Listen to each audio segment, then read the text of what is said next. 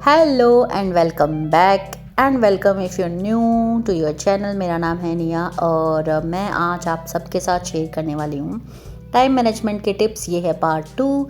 Part 1 का link मैं आपको डिस्क्रिप्शन बॉक्स में दे दूँगी। अगर आपने अभी तक नहीं देखा है then please go check that out. तो आज मैं आपके लिए लेके आई हूँ टाइम को मैनेज करने के कुछ एक अमेजिंग से टिप्स जो मैंने लर्न किए हैं अभी तक की अपनी छोटी सी ज़िंदगी में। देखिए पहले क्या होता था ना, लेडीज़ के पास सिर्फ बच्चे और घर संभालने का काम होता था, बट अब हम लेडीज़ के पास बच्चे और घर तो है ही, उसके साथ ही हमारे खुद के सपने, खुद के करियर, खुद के एम्बिशन की जिम्मेवारी भी बढ़ गई है और दिन के हैं वही 24 घंटे।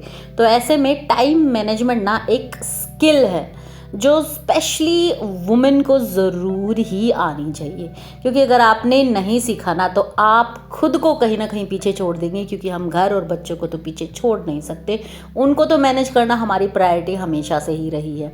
तो टाइम मैनेजमेंट की स्किल हर उस लेडी के लिए ज़रूरी है जो अपने लिए जीना चाहती है, थोड़ा सा अपने करियर, अपने एम्बिशंस के लिए थोड़ा सा जीना चाहती है। मेरे जो टाइम मैनेजमेंट के स्किल मैं आपके साथ आज शेयर करने वाली हूँ वो वैसे वाले नहीं हैं कि इसको यहाँ से चमका दो, ये 10 मिनट में ऐसे चमक जाएगा और इसको ऐसे मैनेज कर दो, उसको उस बॉक्स में डाल दो, उसको उस डब्बे में डाल दो।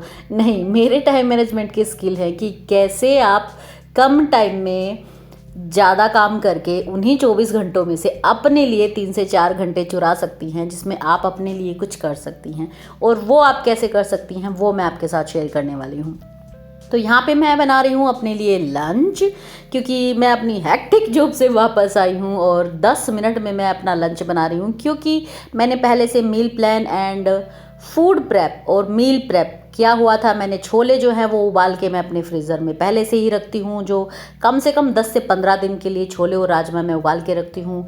तड़का भी मैं ऑलरेडी बना के रखती हूँ, गर्म पानी जो है केटल में कर लेते हैं और हमारे 10 मिनट में चावल और छोले और बहुत ही अमेजिंग सा लंच बन के तैयार हो जाएगा। क्योंकि जब आप जॉब से आते हैं ना तो इतनी एनर्जी नहीं होती है कि फ्रेश खाना बना पाए, और बासी खाना ना वही होता है कि यार किस लिए कमा रहे हैं अगर खाना ही हमने सड़ा हुआ और बासी खाना है। तो इसलिए मैं बना रही हूँ यहाँ पे अपने लिए फ्रेश ताज़ा लंच। हर रोज़ नहीं हो पाती है ये वाली लग्जरी कि हम बिल्कुल गर्मा गर्म खाना खाएं, कभी कभी हमें थोड़ा सा लेफ्ट ओवर भी खाना पड़ता है, but that's okay, that's life में जब हमें हर चीज़ मैनेज करनी होती है ना, कभी कहीं ना कहीं कभी कहीं से थोड़ी बहुत कुछ मैसी हो जाता है, कभी कुछ मैसी हो जाता है, और वो चलता है क्योंकि हम परफेक्ट नहीं हैं।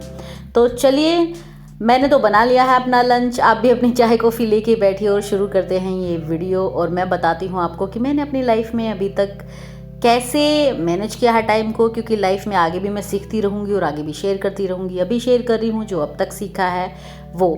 तो टिप नंबर 1 जो है वो है कि work on your energy level. इसका मतलब क्या है? देखिए, पहले बोला जाता था कि सफाई का काम ना सुबह सुबह ही निपटाओ तभी लक्ष्मी आती है।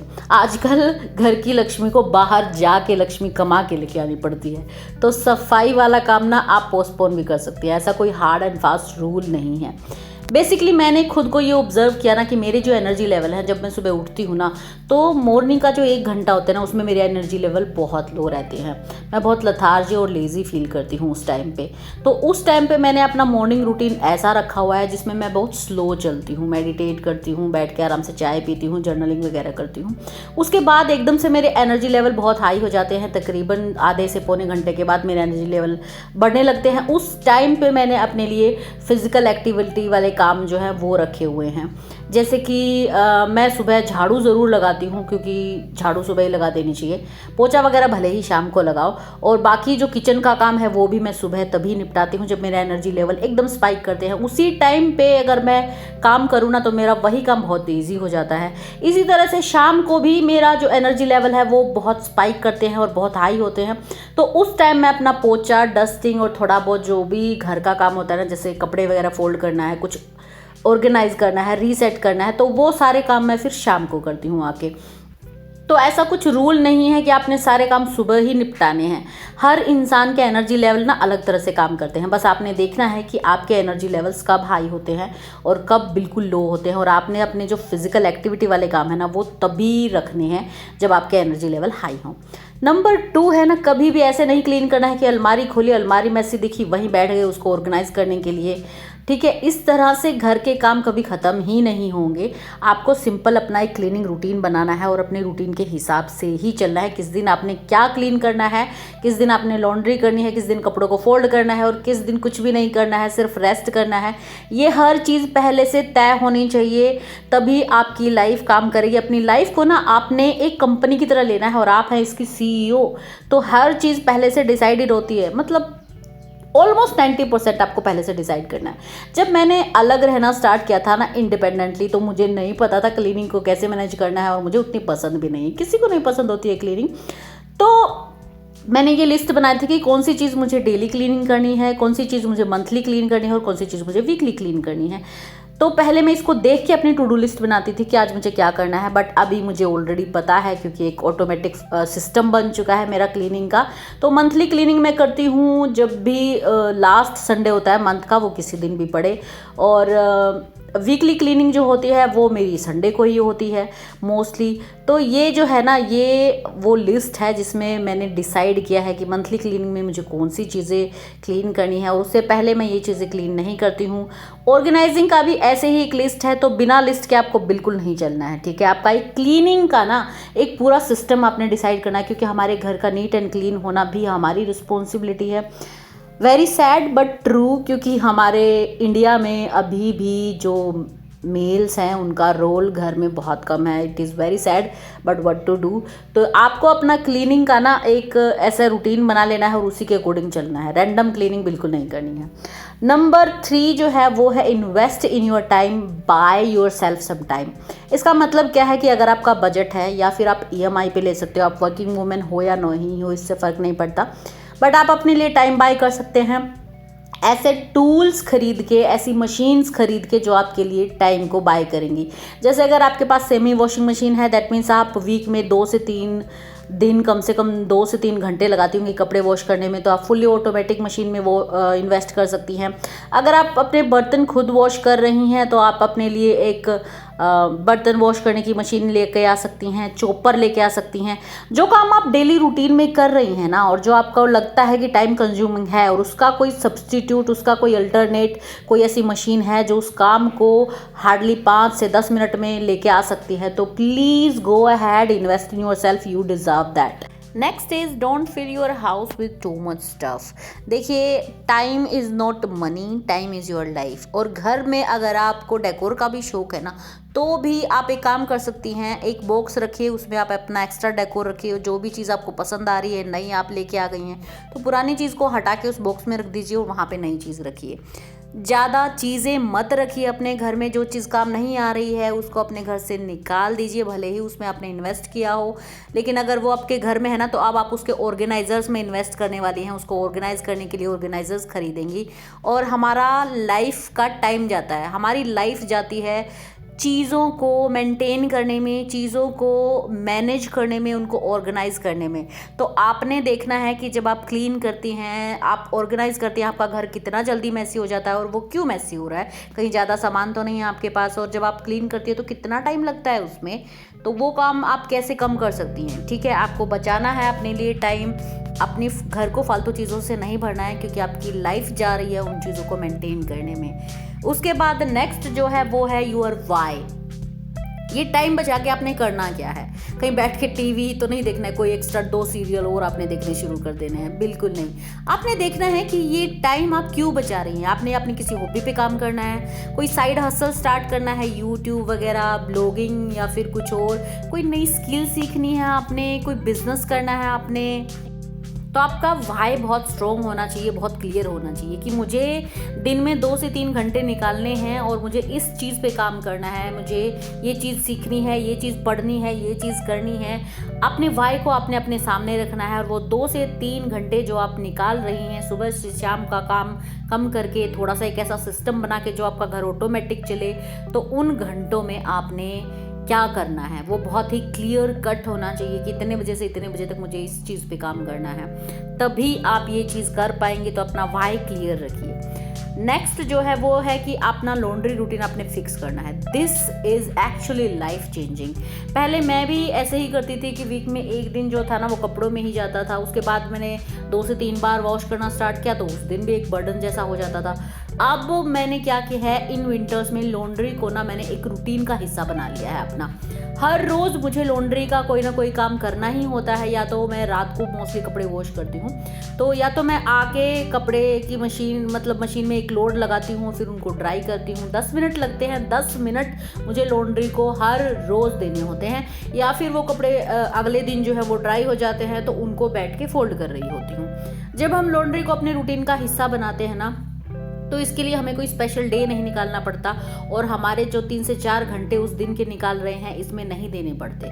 तो आपको भी ऐसा करना है कि आपका लॉन्ड्री जो है, अगर आपकी फैमिली बड़ी है ना, तो आप हर रोज़ एक लोड लगा सकती हैं। छोटी है तो हर अल्टरनेट डे में एक लोड लगा सकती हैं। बट आपको लॉन्ड्री को अपने रूटीन का हिस्सा बनाना है, और हर रोज़ कुछ ना कुछ आपको लॉन्ड्री का करना है। या तो आप फोल्ड कर रही हैं, या आप उस दिन मशीन लगा रही हैं और उनको ड्राई करने के लिए रख रही हैं। लेकिन 10 से 15 मिनट, डिपेंड कि आपकी फैमिली कितनी बड़ी है और आपके पास कितने कपड़े वॉश करने के लिए आते हैं, कितना बड़ा घर है आपका, तो आपको ज़रूर से देने हैं 10 से 15 मिनट लॉन्ड्री को अपने रूटीन में। उसके बाद नेक्स्ट जो है वो है कि never watch TV empty handed.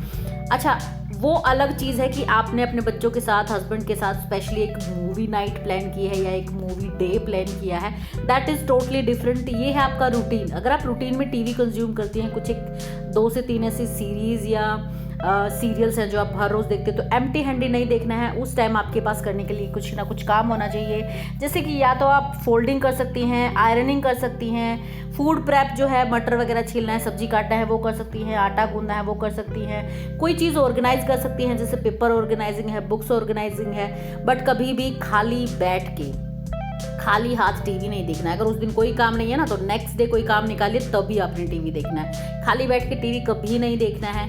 इससे ना बहुत जो हमारे इस तरह के काम होते हैं ना, जो मंडेन से लगते हैं, ये बहुत जल्दी हो जाते हैं। तो basically never watch TV empty handed. हमेशा कुछ ना कुछ आपके पास होना चाहिए जब भी आप टीवी देखें। उसके बाद नेक्स्ट जो है कि आपका जो फ्री टाइम है ना, उसमें आपको करना क्या है, ठीक है। फ्री टाइम का मतलब ये नहीं है कि आप बैठ के 2 सीरियल्स और पी गए। फ्री टाइम जब आपने निकालना है ना, उसमें आपने पूरे जो रूटीन बना रही हैं आप, उसमें अपने लिए फ्री टाइम का मतलब आपका मी टाइम होना चाहिए, वो आपका रिचार्ज का टाइम होना चाहिए।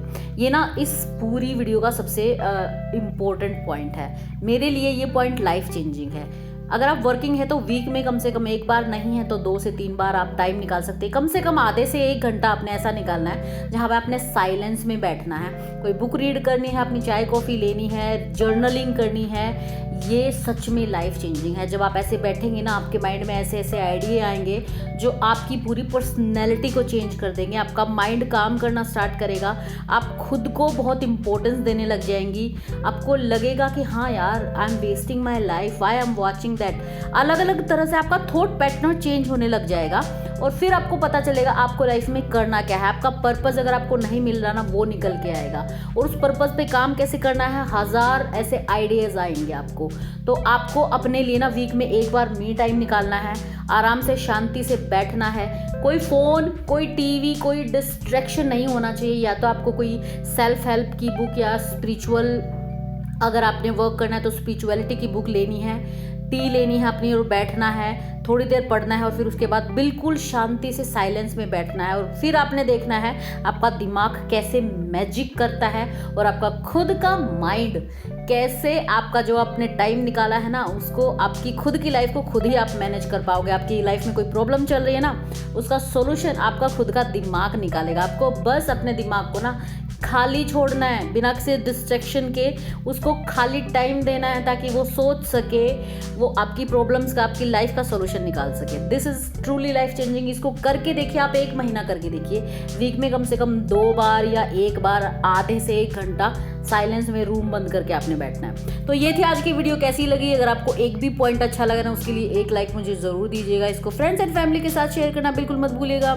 नए हैं चैनल पे, इस तरह का कंटेंट अच्छा लगता है तो सब्सक्राइब भी ज़रूर कीजिएगा। इट्स फ्री ऑफ कॉस्ट यार। और अपना ध्यान रखिए। मैं मिलती हूँ नेक्स्ट वीडियो में, तब तक के लिए बाय।